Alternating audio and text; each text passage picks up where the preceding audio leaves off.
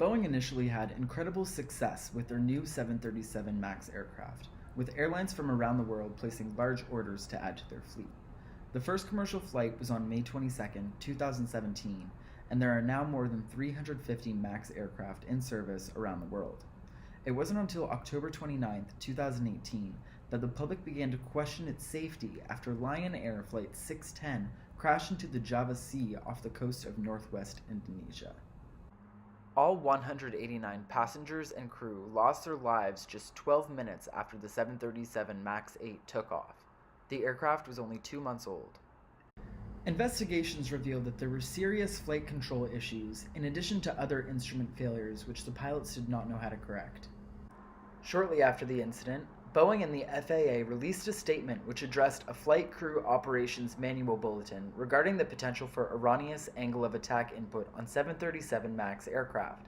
Unfortunately, this was not made mandatory for pilots.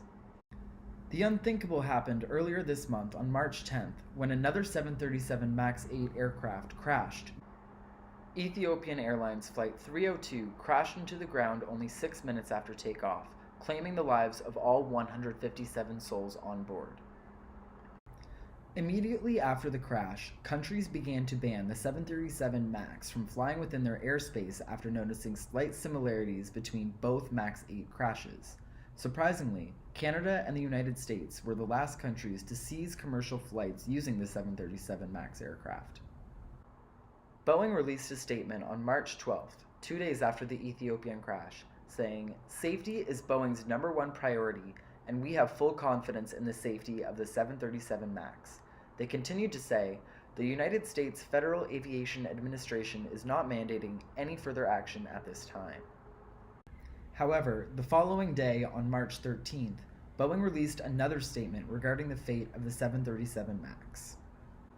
They said, "Boeing continues to have full confidence in the safety of 737 MAX. However, after consultation with the U.S. Federal Aviation Administration, the U.S. National Transportation Safety Board, and aviation authorities and its customers around the world, Boeing has determined, out of an abundance of caution and in order to reassure the flying public of the aircraft's safety, to recommend to the FAA the temporary suspension of operations of the entire global fleet of 371 737 MAX aircraft." Since March 13th, airlines around the world have had to readjust their flight schedules in order to accommodate for the lack of aircraft they have available.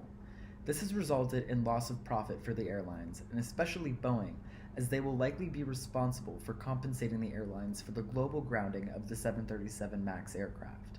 Although it's uncertain when we will see the 737 MAX back in service, it likely won't be anytime soon. Air Canada has already adjusted their entire flight schedule until July 1st, 2019 in order to maintain operations to the best of their ability despite the shortage of 24 aircraft. Boeing is actively working to get their aircraft back in service, and updates will continue to follow as they address this serious issue.